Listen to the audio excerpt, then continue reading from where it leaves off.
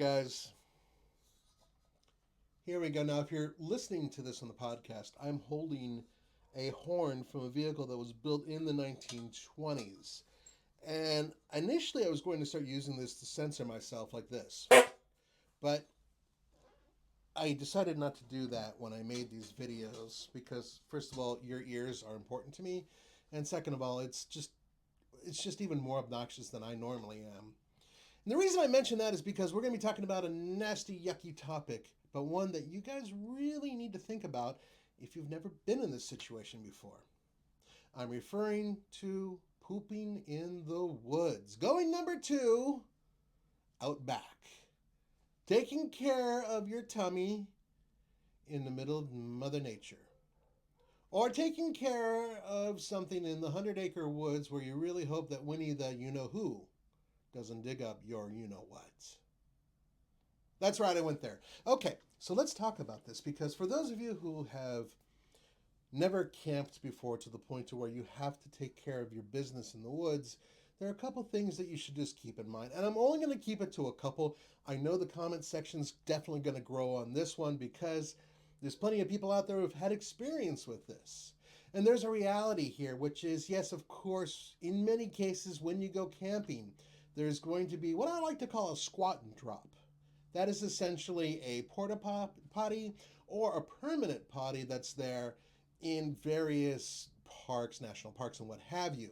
And those places are basically just a hole in the ground with a toilet seat that you sit on and take care of your business and push it out there, and then you're done. You walk away after you clean up and da-da-da.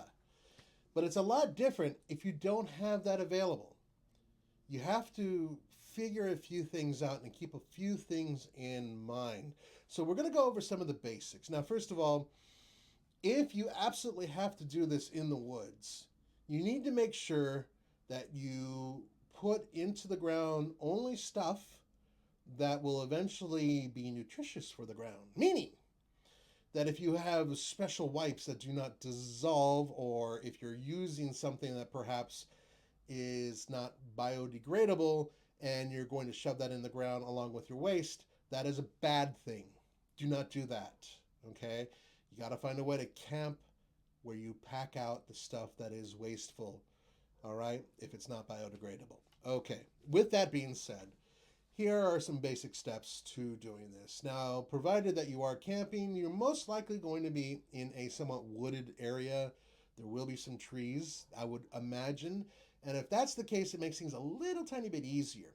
First thing you want to do is get away from your camp. You don't want the stench of what you're doing to be part of the camp, but also you don't want the possibility of rain or other things moving what you've put into the ground anywhere near the campsite. So I recommend 70 to 100 feet away from that campsite, making sure that you are not near a water source. If there is a river or a lake, you must make sure that you are at least 100 feet away from those two sources.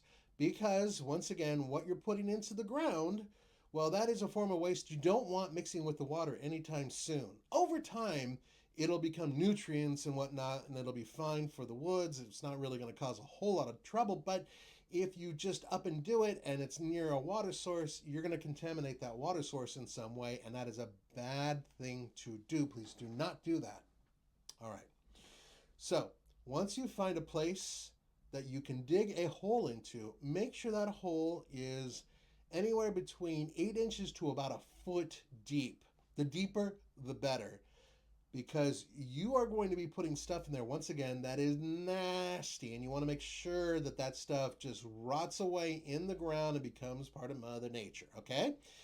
Then, if possible, having a tree to lean up against or next to for balance when you're taking care of this business, because you are going to be squatting in a position that perhaps is alien to you. You want to make sure that you have something to anchor onto. The last thing you want to do while you're taking care of your business is fall, okay? I don't even have to tell you why you don't want to fall, but, don't fall. All right, so now you're taking care of your business. You're next to that tree or a rock or something that allows you, a little bit of cover, because you don't really want to be seen doing this, and also, frankly, a good place for you to lean up against and balance. Okay, so now you've got that. You're taking care of your business. Your business is now in that deep hole that you've dug.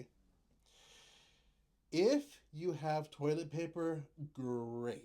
You can take care of your business and put it in there with it as long as it is something that it will biodegrade.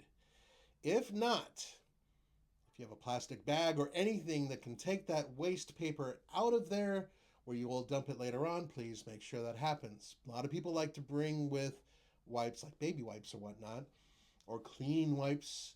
Those are perfectly fine, but you have to make sure that they are taken out of the campsite and not buried in the ground. They are not, in many cases, made to biodegrade.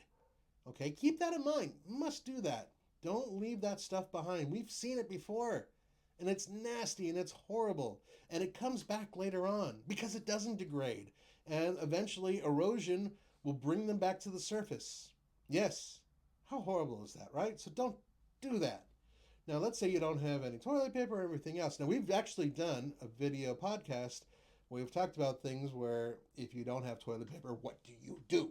Well, in this particular case, you are in the woods, so you can use things to remove some of that waste. That's including pine cones and leaves, even in some cases, bark. But, guys, if you're going to put a leaf on a very sensitive area of your anatomy, please make sure it's not poisonous in any way, because that is going to be the worst place possible to have a rash. The worst place possible. I can't even begin to tell you how horrible that can be. So, you found a way to remove some of the waste from your bottom side. I would probably recommend, if you have some water on hand, to not only splash a little bit down on the caboose and make sure it's super clean, but also definitely wash your hands. Please. Now, if you're camping and if you have any type of citrus fruit or something like that, let's say a lemon or an orange, that actually has acidic natured fluids in it that can actually cut through some of the waste that's on you. And if you mix that with water, it's not a great substitute for soap, but it's usually a usable substitute, at least for now. But more importantly, most of you people will walk around with hand sanitizing something or other. Great. It's not the only thing you should use. Soap and water is the best thing you can use because you get into the nails and the crevices and everything else and clean up, right?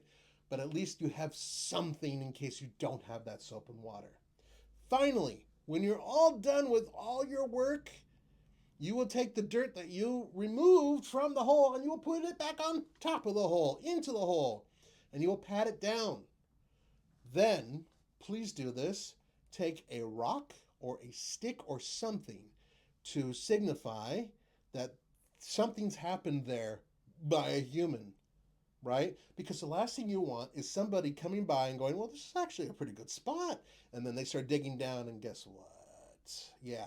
If you have a stick there that looks like it was positioned there, maybe, I don't know, put a leaf through it or whatever, you're showing somebody that, yes, a human was here, please don't dig here, or at the very least, you're giving them some sort of warning to prevent them from digging up your mess. I know it's nasty stuff, but hey, if nobody's told you, then you wouldn't know, right? I know. Yet more disgusting stuff to come up on Navigating with Nathan. Thanks, guys, for joining me. I will see you next time. Don't forget, put your comments down below. I'll see you next time.